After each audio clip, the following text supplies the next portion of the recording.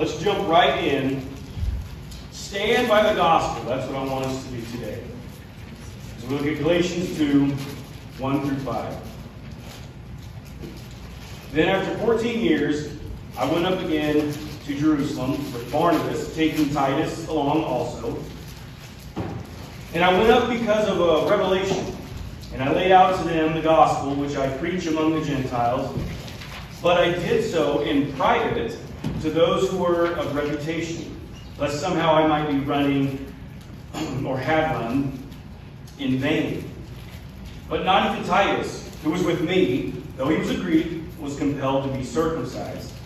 But this was because of the false brothers secretly brought in, who had sneaked in to spy out our freedom which we have in Christ Jesus, in order to enslave us. But we did not yield in subjection to them for even a moment, so that the truth of the gospel would remain with you. Father God, we thank you so much for this beautiful Sunday morning, Lord God, for letting us all gather to get together with brothers and sisters and share and proclaim our one faith in Jesus Christ. And thank you so much for that opportunity again. Father, I do thank you for this short little passage we're going to look at today. I ask for your hand in this message. Guide it. Let these words be yours. Father God, it's not me that desires to be heard, but I pray that it's your message that is heard. Father, we ask you to open up our ears, our minds, and our hearts so we can understand the truths and wisdoms that's being conveyed here. We love you and thank you so much for your word. We say, I pray in Jesus' name. Amen. So, brothers and sisters, before we start teasing out everything that's being discussed here in these handful of verses, I did want to ask a question. I want to ask, do you stand by the gospel? Do you stand? Who's that? I got one? Because that was an easy one, guys. Do you stand by the gospel? Do you stand by the gospel when it's easy? Do you stand by the gospel when it's hard? You see, there's only one true gospel, and Paul's made that point very clear early on in this letter, actually. There's only one true gospel, and one true gospel alone. And because of that, that means that there will always be people who are going to try to spin that, reinvent it into literally any version that they desire. See, the culture we live in now is constantly trying to redefine terms and deconstruct established words and roles. And so when you have a loved one come to you and they try to pull you away from the very clear, true gospel, which side are you going to take? Will you abandon the truth of it just to get along with your friend or loved one? Or will you risk, because there's potential for this, brothers and sisters, will you risk ending that relationship because you would rather stand by the gospel than what it actually says? And so I don't want to waste too much time doing a refresher, but I do fear if we move on and not remember everything that's been talked up to this point so far in the letter, we could miss out on some stuff. And we've had a bumpy start in Galatians. We started it, and then we had a guest, and then we started it, and then we took vacation, so we could be a little fuzzy. So with that, let's have a sort of a light and fast recap up to this point. Paul's in the ministry now. Paul is very passionate about it, and he's in the ministry. In this letter that he's writing to Galatia, the church is here. He's aware that some of these professing Christians are being swindled into falling away to a message that's not the true gospel. They're falling for a false one. They're being pulled away. Paul says that he is in no way in the business of pleasing man, but rather he now serves to please God, because he is a slave of Christ. Then Paul lays out the argument that the gospel is from God and God only, and that it's impossible to have been created by man. He then reminds the reader that pretty much everyone is familiar with Paul's former conduct, right? His lifestyle before Christ. of hunting down and killing Christians. But he brings us up to make an ultimate point. He goes on to say, now that he's in the Christian ministry, passionately spreading the gospel message he once lived to stomp out, he has visited a handful of churches and even a few apostles.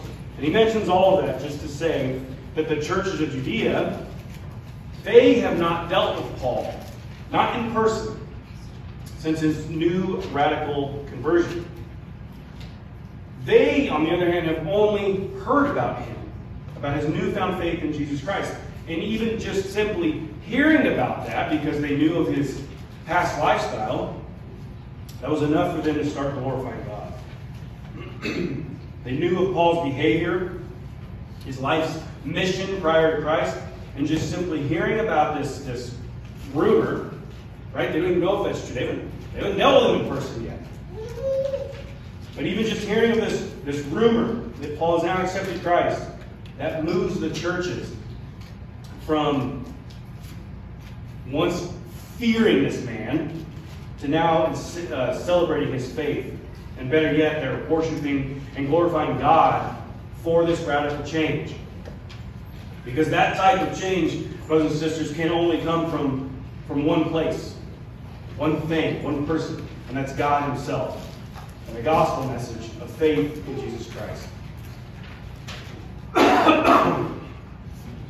So with that recap, hopefully we kind of remember everything we've laid out so far in this letter.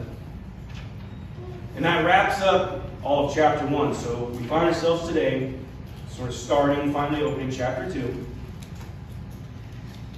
And in probably a weird manner to start, I want to start by reading our last line of Scripture first. It says in verse 5, "But we did not yield in subjection to them for even a moment, so that the truth of the gospel would remain with you." Dear friends, I want us to really keep that line in the back of our mind as we work through today's passage, because really, it's the whole reason for even writing this letter. Paul did all of this so that the truth of the gospel would remain with them. There were clear and open attacks coming into the churches, and I'm not even talking about the literal physical attacks and threats of death.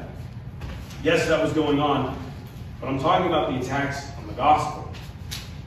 That kind was already making its way into the churches. And so that it's this mentality that Paul had writing this letter. And it's the same one that we should have while we read it. We need to understand that those attacks and divisions and distortions had already gained its way inside the church.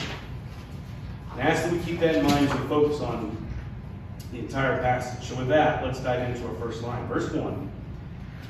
"Then after 14 years, I went up again to Jerusalem with Barnabas, taking Titus along also." So remember, Paul had just written to the churches. He just said, the churches in Judea have not yet seen him in this new Christian converted form, and they've only heard about it, right? He says here that he didn't even make his way back up there for another 14 years. So Paul finally makes it back to Jerusalem, a city within the region of Judea, after so many years. And when he goes back, he brings with him both Barnabas and Titus, two of his very good Christian brothers who was involved with him in the Christian ministry. And two very good friends they were. Absolutely. You will remember in Acts 9, Barnabas, a Jew converted to Christianity, he was the one who fully embraces Paul. And he has his back when faced with some disciples who expressed their disbelief. Acts 9, 26 to 27. "And when he, Paul, came to Jerusalem, he was trying to associate with the disciples, but they all were afraid of him, not believing that he was a disciple." That's fair. "But Barnabas took him and brought him to the apostles and recounted to them how he had seen the Lord on the road, and that he, Christ, had talked to him, and how as Damascus as he had spoken out boldly in the name of Jesus. Barnabas is a very good Christian friend and brother. And dear friends, I only just mention that real quick to say, if you do not have a Christian brother or sister like that, get one. Get one. Someone who will have your back when anyone tries to throw your past in your face. They stand up for you in the name of Jesus Christ. Right? Someone who will look at the group and say, knock this stuff off, guys. Right? If so-and-so say they're in Christ, then they are. And also, I personally have seen them speak boldly in the name of Jesus. So if they say they are a Christian, then they are. And that's the end of it. Barnabas was a good friend. Paul also had with him Titus, as they made their way back to Jerusalem. Titus, another disciple, was also a Greek Gentile before his conversion. And we also know, because of the letter that Paul writes to Titus, that Paul is the one who led him to Christ. So, we can appreciate and we're aware of their relationship as far as Christian brotherhood goes. And Titus also will be using as an example that salvation is not in any way, shape, or form works related at all. His specific example will be used is that Titus did not have to be circumcised of the flesh to receive salvation. That was a big issue. So we have these two people who went back to Jerusalem with Paul, both being Barnabas and Titus, and hopefully we have an appreciation for the type of character they both had. Let's move on to our second verse. And for this one, we get a very big justification for Paul's trip. And we actually get some tactics that I think we should look at. Verse 2, and I went up because of a revelation, and I laid out to them the gospel, which I had preached among the Gentiles, but I did so in private to those who were of reputation, lest somehow I might be running or had run in vain. I, for one, appreciate what it was that justified Paul's return to Jerusalem. All right? This wasn't because some of his friends encouraged him to do so. This wasn't because he, kind of felt led to do so. No, this trip, this ministry that he's involved in, it's not based on, teachings or leadings of man. This very trip was divine. He went because of a direct revelation.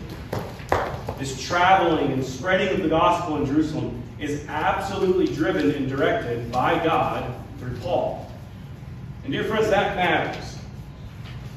Because oftentimes we will fool or convince ourselves into doing something we want to do, even if it's an okay thing to do. Let's say you have a desire to do a ministry or whatever, something in that area. And it would be a God-glorifying thing. Nothing wrong with that. But oftentimes we'll use language or phrases that express it's God who told us to do so. And I want to be clear about that topic. If you do not have direct revelation from God, then please stop acting like you did. It's okay to do these things, as long as they do not contradict the Bible. If that's what we're doing, then yes, I love it. Go for it. If it brings glory to God, go for it. But let's not throw around phrases or words like that loosely.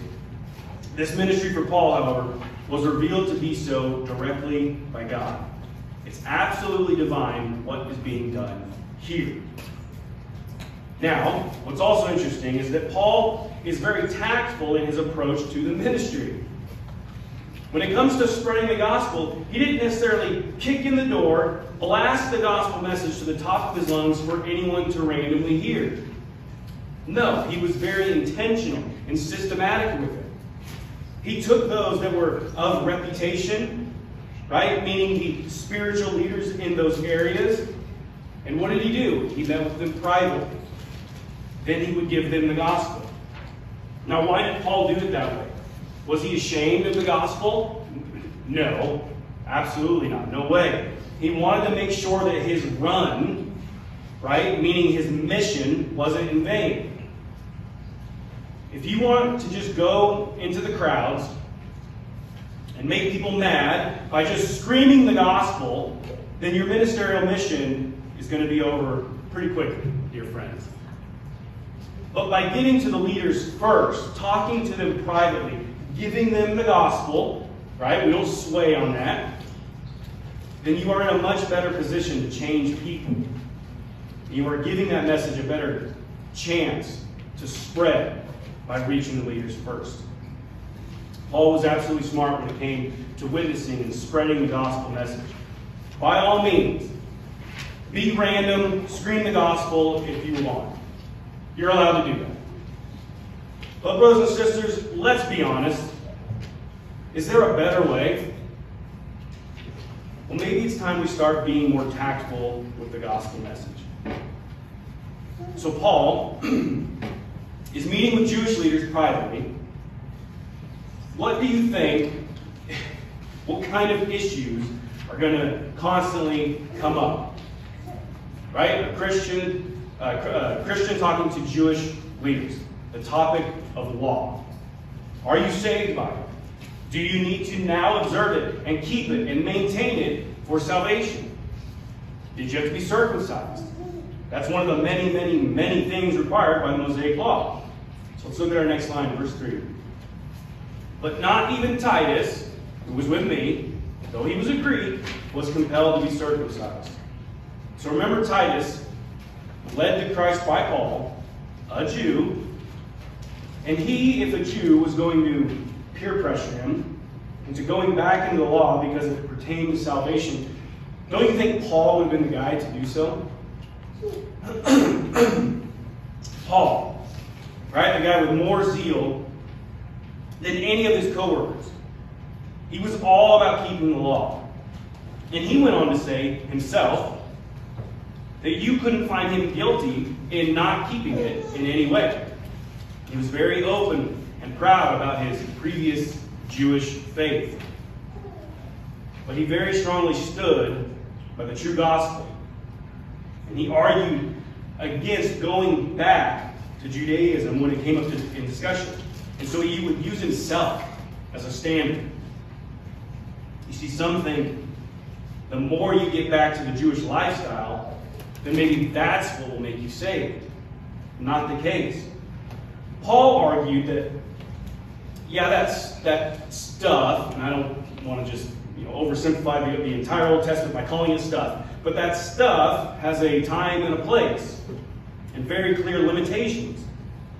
Look what Paul says about himself as far as how being very Jewish adds nothing to your salvation. Philippians 3, just 4 through 6 for now. Although I myself might have confidence even in the flesh. If anyone else has a mind to put confidence in the flesh, I far more. Okay? Paul's saying, you really want to measure the works of the flesh? No one can boast because I got you beat. He says, I far more. And then he starts listing. Circumcised the 8th day, of the nation of Israel, of the tribe of Benjamin, a Hebrew of Hebrews, as to the law, a Pharisee, as to zeal, persecutor of the church. As to the righteousness which is in the law, found blameless. Right? Paul's essentially laying out his Jewish resume. Paul, on the issue of anything to do with the old law, he says, if anyone wants to put confidence in their flesh, I got you beat. He says you can try to keep score if you'd like. But he would have everyone beat. Paul confidently states this. He says, he was circumcised on the 8th day. So yes, the child was to be circumcised in that faith, but it had to be done on the 8th day, a very specific day. So Paul's ancestors were very strict about keeping the law, and that was worth bragging about in that culture. Paul says, of the nation of Israel, meaning he was born Jewish rather than being converted to it. Again, Another big bragging right amongst the Jewish community, especially at that time. He also is from the tribe of Benjamin. This is the tribe that would mean he now shares direct lineage to Saul, the first king of Israel. The apostle was a Hebrew of Hebrews. He learned the tongue. He could converse with them. Lastly, as far as the law, Paul says he was a Pharisee. Right? It doesn't get any more than that. Meaning he's part of the most religiously conservative group of the Jews in his time. I'm sure we're all aware of how strict the Pharisees were about following the Jewish laws and traditions. Then Paul brings up the issue of zeal. On zeal, he says, he was a persecutor of the church. Meaning, that's how serious and passionate he was about the Jewish faith he was. It made him a persecutor of the Christian church. And he ends by saying, when it comes to the righteousness of the law, it's found blameless. Paul was saying if anyone can brag about keeping the law, he's the person to do so. Okay, so he lays out his Jewish resume. Why? What's the point he makes? Very next thing he says right after all that. Philippians 3, now verses 7 through 9. But whatever things were gained to me, those things I have counted as loss for the sake of Christ. More than that, I count all things to be lost because of the surpassing value of knowing Christ Jesus, my Lord. Amen there. Amen. For whom I have suffered the loss of all things, and count them but rubbish, so that I may gain Christ and be found in him, not having a righteousness of my own, which is from the law, but that which is through faith in Christ, the righteousness which is from God upon faith. The apostle understood that no righteousness ever was accredited to anyone by works of the flesh. And he would have absolutely been clear about that when he led someone to Christ. Right? And so therefore, not even Titus was compelled to be circumcised. So what's Paul going on about? Well, works of the flesh, arguments for that anyways, is creeping into the body of believers. And Paul calls it out. Look at our next verse, verse 4.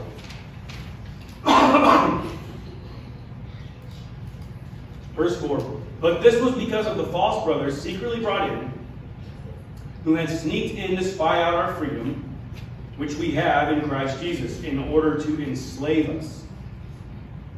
The people of Judaism were used to the law. Right? They're used to the laws that were required for converting anyone to their religion. And therefore, they were sneaking into these churches and spreading that same instruction as if it's required to be in Christ Jesus. And it absolutely is not. Paul was very clear in saying, we can't spin words. Paul's direct here. He's clear in saying these are false brothers. Okay? False brothers. Because they're attaching salvation to works of the law. That is not going to happen. You see, the Apostle Paul had no problem calling it like it is. False brothers. You see, he didn't pre-apologize and say, all right, well, I don't mean to offend anyone, but gosh golly, it may not be the right approach to the gospel. No, he calls it like it is. And if someone's going to attach that garbage to the true gospel and salvation, then they are a false brother. You can't spin it any other way around. And here's what gets tough, brothers and sisters. Because we might say to ourselves, well, but what about my best friend? Well-meaning friend so-and-so. They say stuff like this, but maybe they're just misinformed. Surely they are still saved. You see, it's impossible. It's impossible because that would mean in their heart they believe something of their flesh can acquire salvation. It cannot. That is the whole faith part that's required. By grace, through faith. It is not faith in Christ if you think there's even one tiny speck you have to do on your end. The tiniest speck of faith that's in not Christ is 100% faith in self. So now why was he so hardcore about keeping this message clean like this? He writes the reason in our closing verse. Verse 5. But we did not yield in subjection to them for even a moment, so that the truth of the gospel would remain with you. Dear friends, those who were trying to enslave the Christians into keeping the law, that's what they were trying to enslave them to do. They were trying to enforce this view on all of the believers. And Paul says they made sure to not be in subjection to them, not even for a moment, so that the truth of the gospel would remain with you.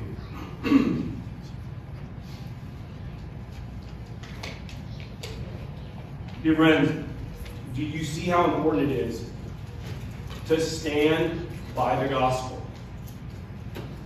That we don't sway in any way, at any moment. Paul made sure that at all costs, he stood by the true gospel. You see, there's going to be people our entire life of higher authority, maybe. They're going to be friends, they're going to be loved ones, they're going to be colleagues. Every single one of them, at any moment, can waltz right up to us, proclaim some newfound knowledge or wisdom or spin about the gospel. They could claim they now have the gospel figured out, and it's a different one. Even if it's barely, it's different. They can tell us maybe we have the gospel wrong, and that maybe we're being too strict about something, and therefore we need to ease up because we're offending too many people, and on and on and on. And so with that, we're going to find ourselves being faced with the chance to either stand with the gospel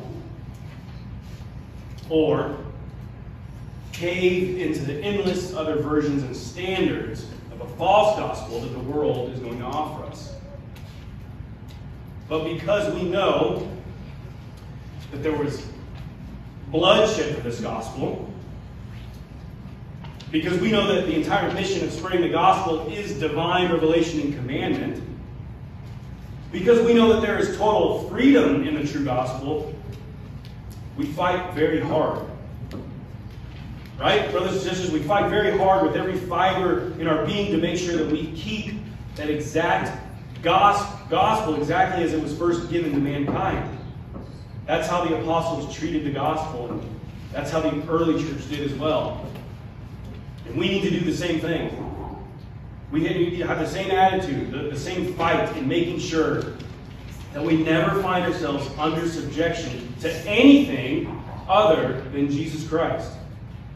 Maybe we never waver from the pure black and white truth of the true gospel, so that that true gospel may remain for the future Christians and people that come to know Jesus Christ as their Lord and Savior.